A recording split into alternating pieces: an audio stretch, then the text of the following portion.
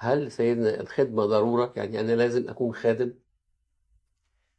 هي الكنيسة الحية يا سيدنا بتشغل كل ولادها، وهي محتاجة لطاقة كل ولادها يعني.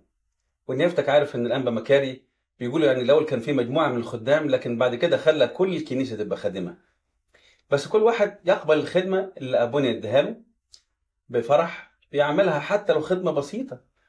يعني في واحد بيقول أنا خدمتي كفاية أخدم أسرتي، مش عايز أخدم في الكنيسة، ده خدمتي. هو نقول له هو لو أنت لو خدمت في الكنيسة شوية هيبقى عندك خبرات جميلة هتنفع بيها أسرتك أكتر. يعني لأن الخدمة في الكنيسة أوسع شوية، ياخد أي جزئية من الخدمة. اللي بيسقي الزرع في الكنيسة ده خدمة، م.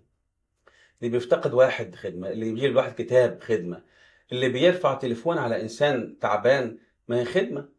وعندنا نشكر ربنا يسيدنا في كنيسنا في كل حتة، وعند نيافتك وعندنا يعني أنواع من الخدم لا تنتهي. فاللي بيخدم أولا قبل ما بيخدم الآخرين هو بيخدم نفسه. فالخدمة مهمة من أجل خلاص نفس الإنسان.